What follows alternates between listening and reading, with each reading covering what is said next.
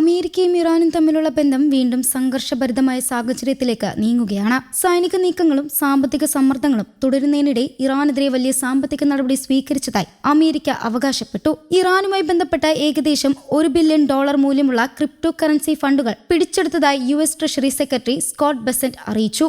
Fox ബിസിനസിന് നൽകിയ അഭിമുഖത്തിലാണ് അദ്ദേഹം ഇക്കാര്യം വ്യക്തമാക്കിയത്. ഇറാന്റെ നിയന്ത്രണത്തിലുണ്ടായിരുന്ന നിരവധി ഡിജിറ്റൽ വാലറ്റുകളുടെ നിയന്ത്രണം അമേരിക്ക ഏറ്റെടുത്തുവെന്നും അതിലൂടെ വലിയൊരു സാമ്പത്തിക സ്രോതസ് തടയാൻ കഴിഞ്ഞുവെന്നും അദ്ദേഹം പറഞ്ഞു. ഇറാന്റെ സാമ്പത്തിക ശക്തി കുറയ്ക്കാൻ ലക്ഷ്യമിട്ട അമേരിക്ക നടപ്പിലാക്കുന്ന ഓപ്പറേഷൻ എക്കണോമിക്സ് ഫ്യൂറിയുടെ ഭാഗമായാണ് ഈ നടപടി സ്വീകരിച്ചതെന്നും അദ്ദേഹം കൂട്ടിച്ചേർത്തു. അടുത്തിടെയായി ഇറാനെതിരെ അമേരിക്ക സ്വീകരിച്ച സാമ്പത്തിക ഉപരോധങ്ങളും മറ്റു നടപടികളും രാജ്യത്തിന്റെ സമ്പദ് വ്യവസ്ഥയെ വലിയ രീതിയിൽ ബാധിച്ചിട്ടുണ്ടെന്നാണ് അമേരിക്കയുടെ വിലയിരുത്തൽ. കഴിഞ്ഞ ഏതാനും ആഴ്ചകളായി നടക്കുന്ന സൈനിക നടപടികളും സാമ്പത്തിക സമ്മർദ്ദങ്ങളും ഇറാനെ കൂടുതൽ പ്രതിസന്ധിയിലേക്ക് തള്ളിവിട്ടതായും ബെസന്റ് അവകാശപ്പെട്ടു. ഇറാനിലെ നിലവിലെ സാമ്പത്തിക സാഹചര്യം വളരെ ബുദ്ധിമുട്ടേറിയതാണെന്നും അദ്ദേഹം പറഞ്ഞു. രാജ്യത്തെ പല മേഖലകളിലും സാമ്പത്തിക പ്രതിസന്ധിയുടെ ആഘാതം അനുഭവപ്പെട്ടിട്ടുണ്ടെന്നാണ് അമേരിക്കയുടെ വിലയിരുത്തൽ. ചില സുരക്ഷാ ഉദ്യോഗസ്ഥർക്കും സർക്കാർ ജീവനക്കാർക്കും കൃത്യസമയത്ത് ശമ്പളം ലഭിക്കുന്നില്ല എന്ന റിപ്പോർട്ടുകൾ ലഭിച്ചിട്ടുണ്ടെന്നും അദ്ദേഹം പറഞ്ഞു. അതേസമയം രാജ്യത്ത് വിലക്കയറ്റം വർദ്ധിക്കുന്നതും വലിയ വെല്ലുവിളിയായി മാറിയിരിക്കുകയാണ്.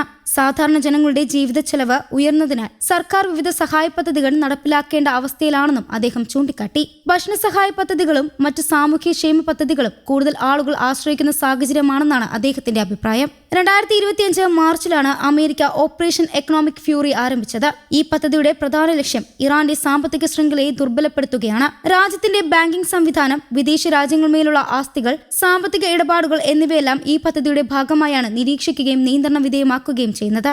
അമേരിക്കയുടെ സഖ്യകക്ഷികളായ ചില യൂറോപ്യൻ രാജ്യങ്ങളും ഈ നടപടികൾക്ക് പിന്തുണ നൽകിയിട്ടുണ്ടെന്നും ബെസന്റ് പറഞ്ഞു. വിവിധ രാജ്യങ്ങളുള്ള ഇറാനുമായി ബന്ധപ്പെട്ട ആസ്തികൾ കണ്ടെത്തുകയും അവയ്ക്കെതിരെ നടപടികൾ സ്വീകരിക്കുകയും ചെയ്യുന്നുണ്ടെന്നാണ് അദ്ദേഹം വ്യക്തമാക്കിയത്. ആഡംബര വീടുകൾ, വില്ലകൾ, മറ്റ് വിലപിടിപ്പുള്ള സ്വത്തുക്കളും എന്നിവയും പരിശോധനയുടെ പരിധിയിൽ ഉൾപ്പെടുത്തിയിട്ടുണ്ടെന്നും അദ്ദേഹം പറഞ്ഞു.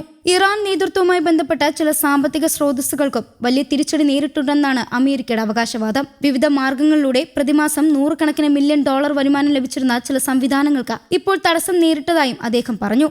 അമേരിക്ക സ്വീകരിച്ച നടപടികൾ കാരണം ഈ വരുമാന സ്രോതസ്സുകളിൽ വലിയ കുറവ് വന്നിട്ടുണ്ടെന്നാണ് അദ്ദേഹത്തിന്റെ വിലയിരുത്തൽ. ഇറാൻ ജനതയുടെ പണമാണ് ഇത്തരം സംവിധാനങ്ങളിലൂടെ ഉപയോഗിക്കപ്പെടുന്നതെന്നും എന്നാൽ അതിന്റെ പ്രയോജനം സാധാരണ ജനങ്ങളിലേക്ക് എത്തുന്നില്ല എന്നും ബെസന്റ് ആരോപിച്ചു. രാജ്യത്തിന്റെ വിഭവങ്ങൾ ജനങ്ങളുടെ ആവശ്യങ്ങൾക്ക് പകരം അധികാര കേന്ദ്രങ്ങളുടെ ആവശ്യങ്ങൾക്കായി ഉപയോഗപ്പെടുത്തുന്നുണ്ടെന്നും അദ്ദേഹം പറഞ്ഞു. ഇറാനുമായി അമേരിക്ക നടത്തുന്ന ചർച്ചകളെക്കുറിച്ചും ട്രഷറി സെക്രട്ടറി പ്രതികരിച്ചു. സമീപകാല സംഭവ വികാസങ്ങൾക്കു ശേഷം ഇരു രാജ്യങ്ങളും വീണ്ടും ചർച്ചകൾ തുടരുന്നുണ്ടെന്നാണ് അദ്ദേഹം പറഞ്ഞത്. നിലവിൽ ഇറാനിലെ വിവിധ അധികാര കേന്ദ്രങ്ങളുമായി ആശയവിനിമയം നടത്തുന്നുണ്ടെന്നും അദ്ദേഹം വ്യക്തമാക്കി. ഇറാനിലെ ഭരണ സംവിധാനം വളരെ സങ്കീർണമായ ഒന്നാണെന്നാണ് ബെസന്റ് പറഞ്ഞത്. മതനേതൃത്വവും ഇസ്ലാമിക് റവല്യൂഷണറി ഗാർഡ് കോർപ്സും രാജ്യത്തെ പ്രധാന ശക്തി കേന്ദ്രങ്ങളാണ്. ഭാവിയിൽ ഏതെങ്കിലും കരാർ ഉണ്ടാകണമെങ്കിൽ ഈ രണ്ട് വിഭാഗങ്ങളുടെയും പിന്തുണ ആവശ്യമായിരിക്കുമെന്നും അദ്ദേഹം അഭിപ്രായപ്പെട്ടു. പേർഷ്യൻ ഗൾഫ് മേഖലയിലെ സംഭവ വികാസങ്ങളെക്കുറിച്ചും അദ്ദേഹം സംസാരിച്ചു. ഇറാന്റെ ചില നടപടികൾ ഗൾഫ് മേഖലയിലെ മറ്റ് രാജ്യങ്ങളെ കൂടുതൽ ജാഗ്രതയിലാക്കിയെന്നാണ് അദ്ദേഹത്തിന്റെ വിലയിരുത്തൽ. ഇതിന്റെ ഫലമായി പല രാജ്യങ്ങളും അമേരിക്കയുമായി കൂടുതൽ സഹകരിക്കാൻ താൽപര്യം കാണിക്കുന്നുണ്ടെന്നും അദ്ദേഹം പറഞ്ഞു. സാമ്പത്തിക വിവരങ്ങൾ പങ്കുവയ്ക്കുന്നില്ലെങ്കിലും ബാങ്കിംഗ് ഇടപാടുകൾ നിരീക്ഷിക്കുന്നതിലും എണ്ണ വ്യാപാരവുമായി ബന്ധപ്പെട്ട വിവരങ്ങൾ കൈമാറുന്നതിലും ഈ രാജ്യങ്ങൾ ഇപ്പോൾ കൂടുതൽ സഹകരിക്കുന്നുണ്ടെന്നാണ് അമേരിക്കയുടെ അവകാശവാദം. ഇതിലൂടെ ഇറാന്റെ സാമ്പത്തിക പ്രവർത്തനങ്ങളെ കൂടുതൽ അടുത്ത് നിരീക്ഷിക്കാൻ കഴിയുന്നുണ്ടെന്നും ബെസന്റ് വ്യക്തമാക്കി. സൈനിക നടപടികൾ മാത്രം ഉപയോഗിച്ച് പ്രശ്നങ്ങൾ പരിഹരിക്കാനാകില്ല എന്ന് അമേരിക്ക ശ്രമിക്കുന്നുണ്ടെന്നും അദ്ദേഹം പറഞ്ഞു. സാമ്പത്തിക സമ്മർദ്ദവും ഉപരോധങ്ങളും ഉപയോഗിച്ച് ഇറാനെ ചർച്ചാ മേശയിലേക്ക് കൊണ്ടുവരിക്കാനാണ് പ്രധാന ലക്ഷ്യമെന്നും അദ്ദേഹം വ്യക്തമാക്കി. നിലവിലെ സാഹചര്യത്തിൽ ഈ തന്ത്രം ഫലം കാണുന്നുണ്ടെന്നാണ് അമേരിക്ക വിശ്വസിക്കുന്നത്. അതേസമയം അമേരിക്കയുടെയും ഈ അവകാശവാദങ്ങളോട് ഇറാൻ എങ്ങനെ പ്രതികരിക്കുമെന്നത് ഇപ്പോഴും വ്യക്തമായിട്ടില്ല. കഴിഞ്ഞ കുറച്ചു മാസങ്ങളായി ഇരു രാജ്യങ്ങളും പരസ്പര ആരോപണങ്ങളും പ്രത്യാരോപണങ്ങളും ഉന്നയിച്ചു വരികയാണ്. ഇതിന്റെ പശ്ചാത്തലത്തിൽ മിഡിൽ ഈസ്റ്റ് മേഖലയിലെ രാഷ്ട്രീയ സാഹചര്യങ്ങൾ കൂടുതൽ ശ്രദ്ധയോടെയാണ് ലോകരാജ്യങ്ങൾ നിരീക്ഷിക്കുന്നത്.